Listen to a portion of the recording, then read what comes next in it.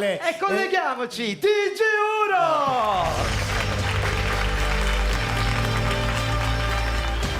Buonasera a tutti, sono Bruno Pizzo. No, allora dai ragazzi, io voglio fare una bella puntata, dai.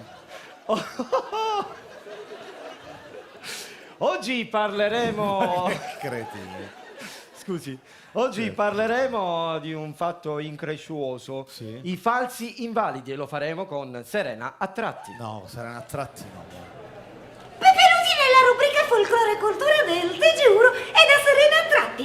Oggi ci troviamo ufficio pensioni dell'INPS per smentire le continue lamentele che ci arrivano da parte degli utenti sulla lentezza burocratica. Ma proviamo a sentire una testimonianza. Salve, salve, ci può dire com'è andata? Male, zia. Zia. Da Serena Attratti è meglio, tutto dai. linea allo studio. Chiudi. Cosa? Ma quando te ne eri tu, quando c'è la telecamera aggiumata, non mi devi chiamare zia. Scusa. Com'è finita? Male, non erano una visione, se ne accorgerono. Cacci via. Ah, no, dai, non...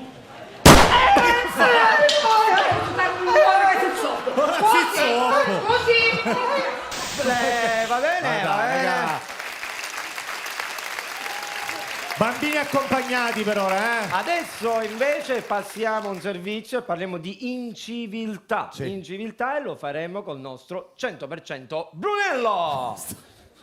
Ah, borraccia! Mi trovo qui davanti un caso di inciviltà. Questi contenitori sono stracolmi dalla mattina alla sera, tranne la notte, quando passa una persona senza cuore con un camion e li svuota. Ma come E senza non diamo cuore? più mangiare ai nostri piccioni, non diamo più mangiare ai nostri topi e vabbè. i difesi scarafaggi. Questo non è maltrattamento verso gli animali? Non direi. Signori, è come se vi togliessero di mangiare dalle vostre tavole. Ma grazie al mio intervento faremo sparire i contenitori, così noi tutti saremo liberi di gettare l'immondizia ovunque per le strade, che schifo. garantendo un pasto ai nostri amici animali. Non ringraziatemi. Ma Da chi Palermo è lo tutto, a voi la linea al ringrazia? TG.